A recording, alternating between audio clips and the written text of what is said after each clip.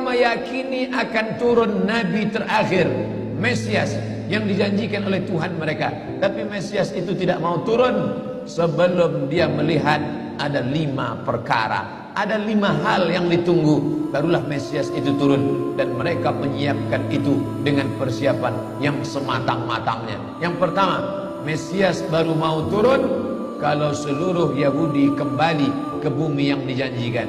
Dan mereka betul-betul kembali ke bumi yang dijanjikan itu. 1946 mereka berusaha sekuat mungkin, bagaimana supaya kita bisa kembali.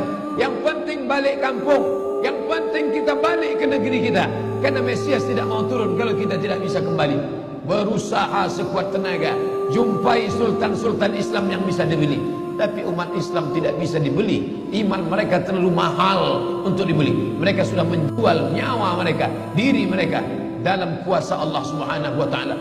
Raja-raja, sultan-sultan Islam tidak mau menjual. Tapi mereka licik. Mereka gunakan anak bangsa umat Islam yang kulitnya sama dengan kita, yang wajahnya sama dengan kita, yang bahasanya sama dengan kita.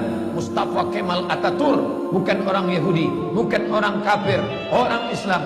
Bahasanya bahasa Turki, wajahnya wajah Turki, tapi dia yang menggulingkan Kesultanan Turki. 1924 berakhir khilafah Islamiyah, lemah umat Islam. Di saat itulah mereka mengambil, mencaplok, lalu kemudian akhirnya mereka kembali beramai-ramai. Mengapa mereka kembali ke tanah yang tandus ini? Bukankah mereka sudah hidup nyaman, enak di Eropa, Inggris, Prancis, Belanda, Jerman? Hampir di setiap negeri ini ada Yahudi. Kenapa mereka mesti kembali? Karena mereka meyakini ini adalah tanah yang dijanjikan oleh Tuhan. Yang kedua, Mesias sedang menunggu. Mesias melihat ke bawah. Kalau dia tengok di bawah masih banyak gurun pasir, dia tidak mau turun. Dia ingin melihat hijau. Kalau sudah dibentang karpet hijau, baru dia turun ke bawah. Maka yang dimaksud dengan hijau itu adalah ditanami tanaman-tanaman hijau, penghijauan yang luar biasa. Bapak Ibu yang dimuliakan Allah Subhanahu wa taala, tanaman apa yang mereka tanam? Persis yang dikatakan Nabi SAW, Syajaratul Gharqad, pohon gharqad, bentuknya seperti pinus, tinggi, memanjang. Pohon gharqad, kata Nabi, kalau bersembunyi dia di belakang pokok kayu akan berkata, ini Yahudi di belakangku, bunuhlah. Kalau bersembunyi dia di belakang batu akan berkata, ini ada Yahudi, bunuhlah.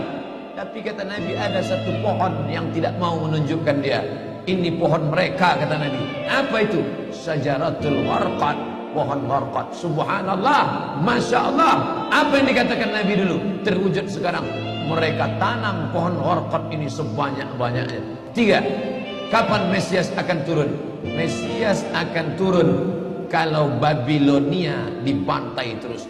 Makanya mereka punya program bantai Babilonia, hancurkan Babilonia. Kenapa mereka marah dengan Babilonia? Karena Raja Babilonia pernah menghancurkan kekuasaan mereka. Raja Babilonia yang mereka maksud adalah Nebukadnezar. Nebukadnezar, Raja Babilonia, menghancurkan kerajaan nenek moyang mereka. Mereka punya dendam kesumat yang luar biasa. Salah satu sifat Yahudi, dendam kesumat yang tak pernah mati. Walaupun sudah terjadi ratusan tahun, ribuan tahun lalu, tetap anak cucunya sekarang dendam. Hantam Babilonia, karena Babilonia negerinya Nebukadnezar, anak cucunya mesti dihancurkan. Mana Babilonia itu? Babilonia adalah Irak. Makanya setiap naik presiden Amerika yang didukung oleh Yahudi, mereka akan membantai Babilonia. Yang kelima, apa yang mereka lakukan untuk Palestina? Mereka meyakini ada Temple of King Solomon, tempel kuil King Solomon, Raja Sulaiman. Kata dia, King Solomon itu punya tempel kuil. Dan Temple of King Solomon letaknya pas di bawah Al-Masjidil Aqsa. Apa maknanya? Mereka mengeruk setiap hari bulldozer, traktor, ekskavator, terus mengeruk keliling Masjidil Aqsa. Mereka ingin meruntuhkan Masjidil Aqsa. Tulis Temple of King Solomon, enter, pilih image, tampak gambar, replika. Inilah kerajaan Sulaiman yang ada di bawah Masjidil Aqsa. Akan mereka naikkan. Mereka sudah bangunkan rumah kecil replikanya.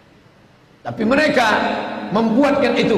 Inilah dia replika kerajaan Temple of King Solomon. Artinya apa?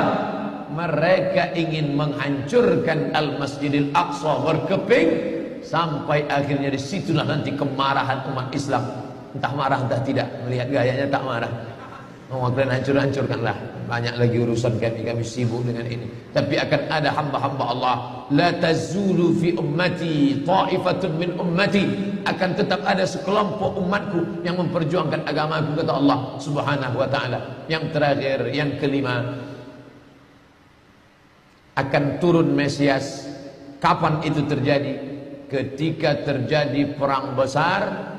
Sebetulnya dalam agama Islam sudah dituliskan yang dimaksud dengan Mesias itu siapa. Kata Imam Al-Hafiz Ibnu Hajar Al-Asqalani dalam Fathul Bari, yang dimaksud dengan yang dinanti-nanti mereka itu adalah Dajjal. Dajjal itulah sesungguhnya yang sedang mereka nanti. 70,000 Yahudi wara'ad Dajjal. Ada 70.000 Yahudi yang akan berada di belakang Dajjal ketika dia turun nanti. Mereka yakin Dajjal akan datang, tapi mereka katakan itulah pemimpin kami, itulah Tuhan kami, itu adalah jelmaan daripada Tuhan kami, itu yang akan menghancurkan dunia, dia akan menjadi panutan kami.